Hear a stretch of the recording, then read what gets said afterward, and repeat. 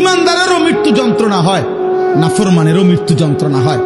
বাকি একটু পার্থক্য হইল, ইমানদারের মৃত্যুর যন্ত্রণা যখন শুরু হয়, খোদার কসম ইমানদার তখন খুশিতে আনন্দে উৎফুল্ল হয়ে যায়, আর দিল দিয়া তখন ভাবে আমার বন্ধুর সাথে মোলাকাতের সময় হয়ে গেছে। গত 40 বছর আমি যারে ডাকতাম দিবানিশি, আমার সেই মহান মাওলা, আমার মালিকের সাক্ষাতের টাইম হয়ে গেছে। এই জন্য মুমিনের মৃত্যু যন্ত্রণা তার কাছে আনন্দকর, আনন্দকর, মজাদার, তৃপ্তিদায়ক। কারণ সে বুঝে এবার আমার মাহবুব, এবার আমার মাওলা, এবার আমার আল্লাহর সাথে আমার সাক্ষাৎ হবে।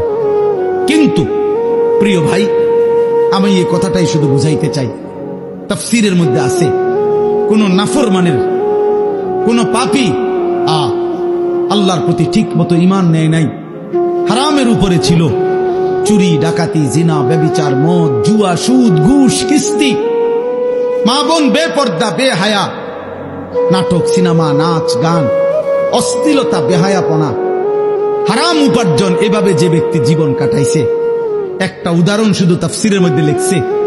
ভাইয়া, এই উদাহরণটা শুধু শোনো, ছেলেরাও, বাবারাও, আমিও। এই পৃথিবীতে যদি কেউ, কিতাবে লিখছে যে 900 বছর একটানা, মনে করেন কেউ পৃথিবীতে হায়াত পাইছে, কয়শো বছর?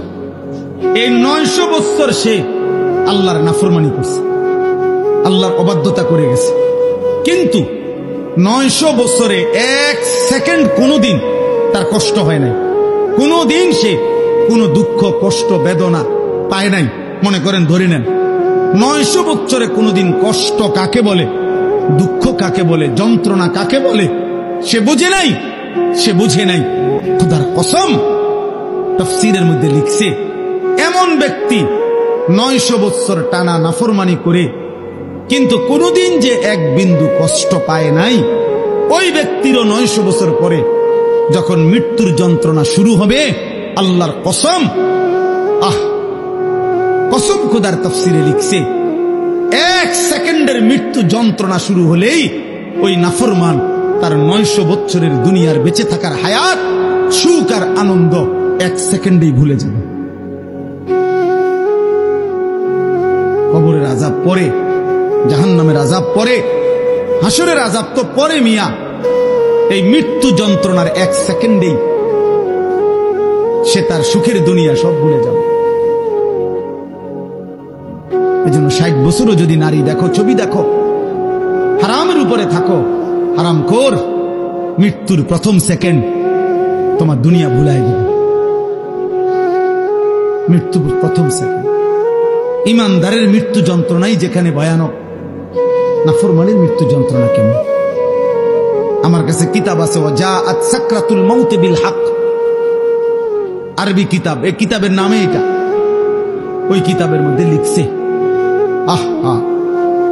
নবীজির একজন বিখ্যাত সাহাবী হযরত আমর ইবনুল আস, ওনাকে জিজ্ঞেস করা হয়েছিল মৃত্যুর পূর্বে, ওনার ছেলে আব্দুল্লাহ ইবনে আমর ইবনুল আস, ছেলেটাও সাহাবী ছিল। উনি জিজ্ঞাসা করছে যে, আব্বা, আপনি তো নবীজির একজন বিখ্যাত সাহাবী, এই মৃত্যুর পূর্ব মুহূর্তে মৃত্যুর যন্ত্রণা, সাকরাতুল মাউত আপনার কাছে কেমন লাগতেছে? নবীর সাহাবী বলতেছে, ইয়া বুনাইয়া কাআন্না জিবালাদ দুনিয়া আলা সাদরি ওয়া কাআন্নী আতানাফাসু মিন সাকবিল ইবরা।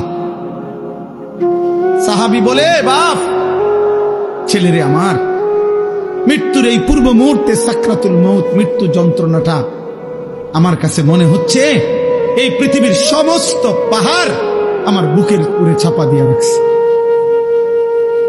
কাআন্না জিবালাদ দুনিয়া আলা সাদরি, আর আমি যেন একটা সুইয়ের ছিদ্র দিয়া, সাকবিল ইবরা, সুইয়ের ছিদ্র দিয়া আমি যেন নিঃশ্বাস নিতেছি।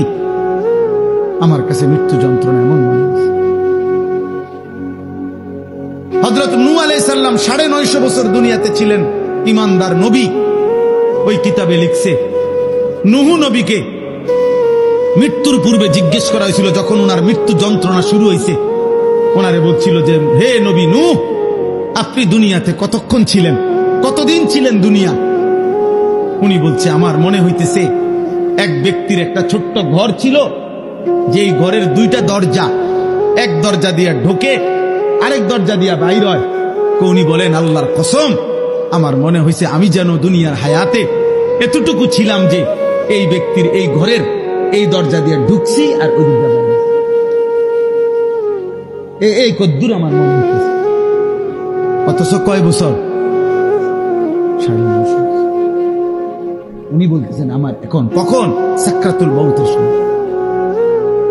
প্রিয় ভাই, নবীর যদি হয় এমন, সাহাবার যদি মনে হয় এমন, তো তোমরা যারা নামাজ পড়ছো না দোস্ত, তোমাদের কি মনে হবে? হারামখোর আপনার কি মনে হবে? এই সুদখোর, কিস্তিখোর, হারামখোর, কেমনে মৃত্যুর ওই প্রথম সেকেন্ডের যন্ত্রণা কেমনে সইলেন? আম্মা জান আয়েশা রাদিয়াল্লাহু তাআলা না বলছে রাসূলুল্লাহ সাল্লাল্লাহু আলাইহি সাল্লাম সাকরাতুল মউতের সময় নবীজি সাল্লাল্লাহু আলাইহি সাল্লাম বারবার পানি দিয়া নিজের হাত মুবারক নিজের চেহারা মুছতেছিলেন আর বলতেছিলেন আল্লাহুম্মা আইন্নি আলা সাকারাতিল মউত। নিষ্পাপ নবী, মাসুম নবী, এক যাররা যার কোনো গুনাহ নাই, সেই নবী রাহমাতুল লিল আলামিন নবী, তিনি আল্লাহর কাছে বলতেছিলেন মৃত্যুর পূর্বে, আল্লাহ মৃত্যুর এই যন্ত্রণার মুহূর্তে আপনি আমার সাহায্য করেন। নবীজির দোয়া, এটা বিশুদ্ধ হাদিস। নবীজি বলতেছিলেন, বারবার কালেমা পড়তেছিলেন, লা ইলাহা ইল্লাল্লাহ ইন্না লিল মাউতি সাকারাত। আল্লাহ আপনি ছাড়া কোনো ইলাহ নাই। আল্লাহ মৃত্যুর বড় যন্ত্রণা, মাওলা মৃত্যুর বড় যন্ত্রণা। আপনি কে? আমাদের কি হবে ভাইয়া?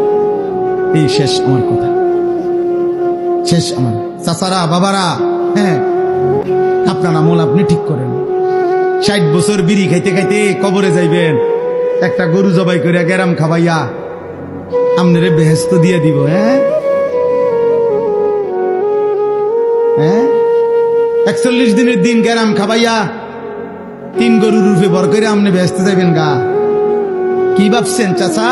মস্কারি নাকি? আখেরাত মস্কারি, আখেরাত খামখেয়ালি। আপনার 60 বছরের সুদ, আপনার 60 বছরের কিস্তি, আপনার 60 বছরের বিড়ি, আপনার 60 বছরের গালি, আপনার 60 বছরের টেলিভিশনের নাচ গান, আপনার 60 বছরের নাটক সিনেমা দেখা, আপনার 60 বছরের চা দোকানের আড্ডা, 40 দিন পরে মানুষ 200 মেহমানদারি কইরা খালাস করলো, খালাস। খামখেয়ালি, হ্যাঁ খামখেয়ালি মনে করছেন। আখেরাত, আখেরাতকে আমরা খামখেয়ালি মনে করছি। অসুবিধা নাই মানে ওটা মনে করছে অসুবিধা নাই, আমার ফুতাইতে আছে, গরু জবাই করে গেরাম খাবাইব। হ্যাঁ গরুর ভিডিও বার করে উনি ব্যস্ত যাবো না। হ্যাঁ হ্যাঁ গরুর পিঠে করে ব্যস্ত চলে যাবেন। দয়া করে ভাবতে শিখেন, দয়া করে ভাবতে শিখেন, দয়া করে ভাবতে শিখেন। আপনার ঈমান, আপনার আমল, আপনার সেজদা। আমি প্রত্যেক দিন বলি, আজকে ওই শেষ কথা বলে গেলাম। আমি অসংখ্যবার এই কথা বলি যে বাপ ভাই, দুনিয়ার ঘর আমনে একা না হইল, আমনে পুরা শেষ করতে না পারলো অসুবিধা নাই, যে দূর পারেন রাইখা যান, বাকিরা আইসা করবে। হয়তো দাদা বিট বাঁধা গেছে, বাফে আইসা হয়তো ছাদ ডালাই দিছে, এরপরে ফুতে আইসা চারিদিকের ইট গাইতা রুম দরজা জানালা সব ঠিকঠাক করে এখন থাকে। এরকম হইতে পারে যে 3 পুরুষ মিল্লা একটা বাড়ি হয়তো ঠিক করছে, মাটির উপরে দুনিয়ার ঘর তো এটা সাজাইতে পারে এমন। কিন্তু আমার শেষ কথা, কবর নামের ওই ঘর, মাটির নিচের যেই ঘর, আপনার ঘর যদি আপনি না সাজাইয়া যান, খোদার কসম আপনার ফুত নাতি সাজাবে না। গরুর গোশত আর ফার্মের মুরগা দিয়া, পাঙ্গাস মাছ দিয়া আপনার কবর রাজা মাফ হইত না কাকা? জি না, কিছু সোয়াব হইতে আরে, কিন্তু আশা করা যায় না। মাটিতে তো পড়বো, উনি তো মাটিতে থাকতে তখন। আল্লাহ আমাদেরকে হেফাজত করেন। এজন্য চা দোকানের বিরোধিতা করবেন না। নিজের ঈমান আমল নিয়ে ভাবেন। মসজিদের সাথে সম্পর্ক করেন, নামাজের সাথে সম্পর্ক করেন। দুনিয়ার প্রয়োজন শেষ করতে পারতেন না। আমনে সত্য মিথ্যা সুদ ঘুষ কিস্তি দিয়েও আপনার সংসারের প্রয়োজন আপনি শেষ করতে পারবেন না। আপনি মরার পরেও সংসারের বহু খরচ বাকি থাইকা যাবে। আমনে মরার 6 মাসের মাথা দেখবেন আমনের ঘরে সোফার কোনা ভাঙ্গা গেছে, জানালার গ্রিল নষ্ট হইয়া গেছে, দরজার সিটকারি খুলিয়া গেছে, বাথরুমের প্লাস্টিকের দরজা ইডি ভাঙ্গা ঠুটঠুর হয়ে গেছে, জুরজুর হইয়া গেছে। এগুলা নাই। অনেক কিছুই আবার করতে হবে সন্তানরা। কাজে দুনিয়া আপনি আপনার বিবি বাচ্চার দুনিয়া শেষ করতে পারতেন না, ওরা আবার করতে হবে। তো কাজে কেন মিথ্যা বললেন? কেন সুদ খাইলেন? কেন কিস্তি নিলেন? কেন হারাম খাইলেন? কেন ওজনে কম দিলেন? বিনিময়ে পরিবারের অভাব তো দূর করতে পারলেন না, ফাঁকি দিয়া নিজের আখিরাতটা নষ্ট করলেন। অতএব দয়া করে প্রত্যেকেই নিজ হায়াতে, যার হায়াত আছে যতক্ষণ, সুযোগ আছে ততক্ষণ, এখন তওবা করেন, এখন চোখের পানি ফেলেন, এখন কাঁদেন, ইনশাআল্লাহ বরকত হবে। আল্লাহ তাআলা আমাদেরকে তৌফিক দান করেন, আল্লাহ তাআলা আমাদেরকে কবুল করেন। আজকের এই মাহফিল আল্লাহ তাআলা বরকত দান করেন। যাদের ভালোবাসায়, যাদের আয়োজনে এই মাহফিল, মসজিদওয়ালা সকলকে আল্লাহ তাআলা মাফ করে দেন। আমার কিশোর ছেলেরা, একজনও যদি বুঝে থাকো ভাইয়া, সবাই একসাথে বদলাবে না, আমরা এটা জানি বাপ, কিন্তু আমার অনুরোধ রইল নওজোয়ান তোমাদের কাছে, দয়া করে তোমরা প্রত্যেকেই নামাজ পড়ো, গুনাহ ছাড়ো বাপ, মোবাইলের ছবি, নারীর নেশা কমাও বাপ। যে চাহিদা আল্লাহ দিছে, আল্লাহ সেটা পূরণ করে দিবে। পেটের খিদা যিনি দিছেন, তিনি খাবারেরও ব্যবস্থা করছেন। পানির তৃষ্ণা যিনি দিছেন, তিনি পানিরও ব্যবস্থা রাখছেন। অতএব লজ্জাস্থানের চাহিদা যিনি দিয়েছেন, হালাল স্ত্রী তিনি ব্যবস্থাও করে দিবেন। তুমি সবর করো, কুত্তার মতো, জানোয়ারের মতো পরের নারীর দিকে হা করে তাকায় থাইকো না বাপ। এই জীবন একদিন তোমারে জাহান্নামেই নিয়ে যাবে, একদিন ধিক্কৃত করবে। কোন নেশাখোর, গাঁজাখোর, কোন জেনাখোর, কোন ব্যভিচারী, কোন লম্পট চরিত্রহীনকে পৃথিবী কোনোদিন 100 কোটি বছর পরেও পৃথিবী তাকে কোনোদিন সম্মানের সাথে স্মরণ করবে না, তাকে লানতেই দিবে, অভিশাপী। আরো 1000 কোটি বছর পরেও ফেরাউন নিকৃষ্টই থাকবে, আরো 100 কোটি বছর পরেও জুনায়েদ বাগদাদি সম্মানিতই থাকবে। অতএব পৃথিবী তোমারে থুতুই মারবে, বেনামাজিকে, চরিত্রহীনকে। আল্লাহ আমাদেরকে হেফাজত করেন, আল্লাহ সকলকে কবুল আর মঞ্জুর